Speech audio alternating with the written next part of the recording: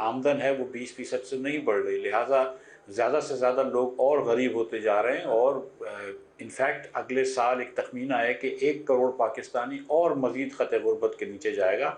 9 करोड़ पाकिस्तानियों को हमने ऑलरेडी गुर्बत में धकेल दिया है। मुजफ्फरगढ़ के इलाके अलीपुर में घरेलू नाचाकी पर मुलजिम ने अपनी बीवी और 7 बच्चों को बेदर्दी से कत्ल कर दिया। पुलिस ने मुलजिम को गिरफ्तार कर लिया। 8 अफराद के कत्ल की वारदात अलीपुर के थाना सदर की हुदूद मिडवाला में पेश आई। मुलजिम सज्जाद ने तेज धार आले से अपनी बीवी और 7 बच्चों को बेदर्दी से कत्ल किया। मरने वालों में 2 बेटे और 5 बेटियां शामिल थीं। उनकी उम्रें 6 माह से 8 साल के दरमियान थीं।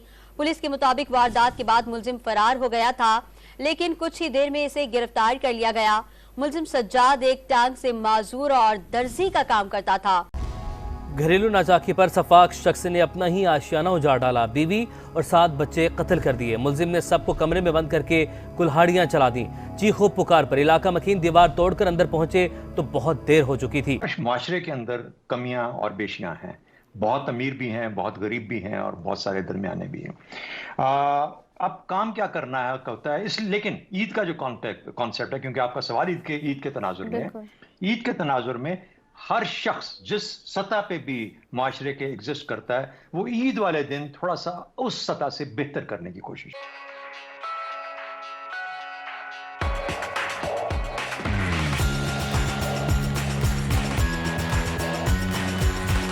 तो 10 करोड़ पाकिस्तानी तकरीबन 39% अभी हैं, 42-43% तक पाकिस्तानी जो है वो ख़त गुर्बत के नीचे चले जाएंगे। तो एक बड़ी एक संजीदा मसला है और हम ये काबू नहीं कर पाएंगे जब तक कि हम बजट डेफिसिट्स कम ना करें, अपना हुकूमत का खसारा कम ना करें।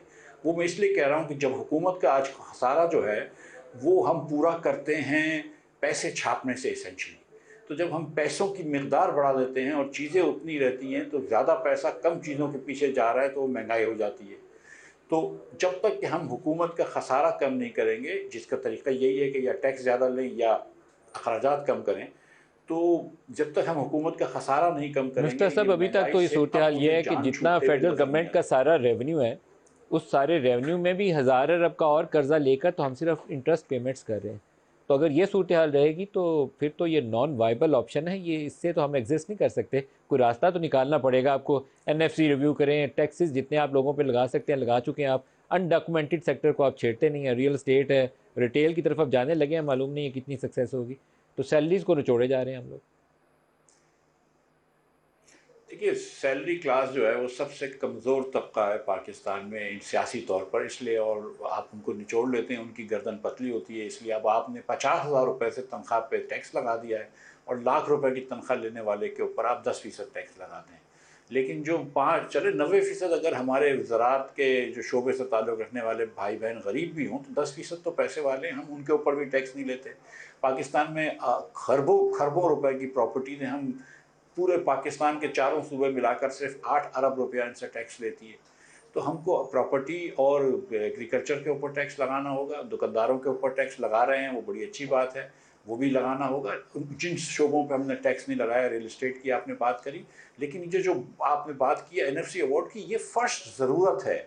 आप इस वक्त सूबों को वाफर पैसे देते हैं तो वो टैक्स नहीं लेते प्रॉपर्टी एग्रीकल्चर से। वफाक जो है, जैसे आपने फरमाया कि सिर्फ सूद वापस करने के लिए हमको कर्ज देना पड़ता है, डेट। हम आईपीपीज जो हैं उनको हम क्यों फिक्स चार्जेस दे रहे हैं या कैपेसिटी चार्जेस दे रहे हैं, और वो भी डॉलर्स के अंदर, वो भी डॉलर्स में। ठीक है, बात यह है, आज आपने एक गाड़ी लीजिंग पे ले ली बैंक से, अब वो गाड़ी आप खड़ी कर दें, चलाएं या ना चलाएं, आपने महीने के बाद बैंक को उसकी लीज मनी देनी है, इसलिए कि वो गाड़ी बैंक ने आपको दे दी, अब ये आपकी मर्जी है आप उसको चलाएं ना चलाएं। ठीक, इसी तरीके से आपने आईपीपीज को उनको बोला जी ये कारखाना आप हमारे लिए लगा दीजिए और हम आपसे बिजली लेंगे।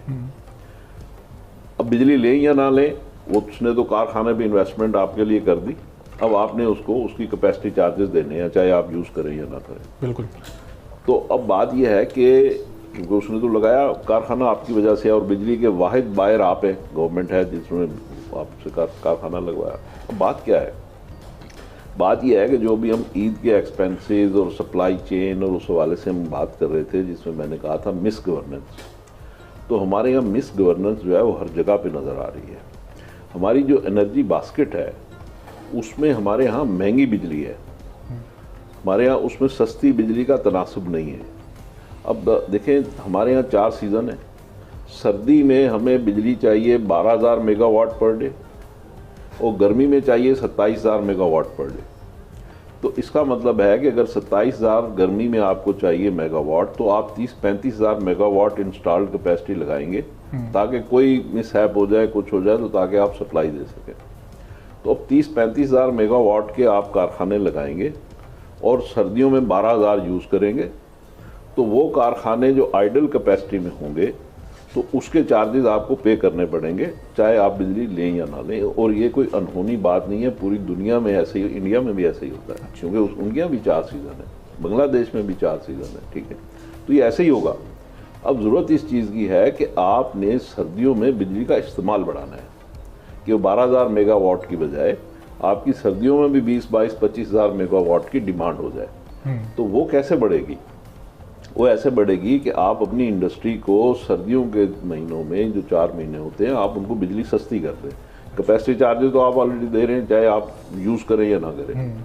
सिर्फ फ्यूल के रेट के ऊपर आप उन्हें बिजली दे दें, उससे आपकी इंडस्ट्री की कॉस्ट ऑफ डूइंग बिजनेस कम होगी और वो उनकी एक्सपोर्ट बढ़ेगी। यानी पूरे साल के तनासुब से अगर वो देखेंगे तो उनका साल का तनासुब जो बिजली के रेट होंगे तो वो एवरेज आउट हो जाएंगे ना। तो आप उन्हें सर्दियों में कम रेट कर दीजिए।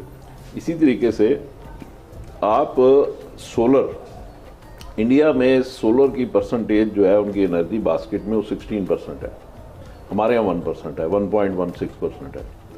आप सोलर को 30% तक ले जा सकते हैं। चलें, आप 16% पे भी अगर आप सोलर को ले जाएं, आप इंडिया के हिसाब से देख लें आप, तो आप तकरीबन 3-4 हज़ार मेगावाट बिजली बना सकते हैं सोलर से। तो उसी तनासुब से अगर आपकी 24 अरब डॉलर की एनर्जी की इंपोर्ट है तो 16% को अगर आप उस पर देख लें तो तकरीबन 4 अरब डॉलर की आपकी एनर्जी की इंपोर्ट कम हो सकती है।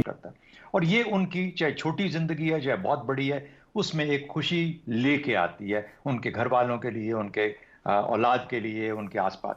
40% से कम लोग जो कि बहुत मुश्किल है और पाकिस्तान के अंदर जो एग्जिस्ट करते हैं, वो जिम्मेदारी आती है रियासत के ऊपर।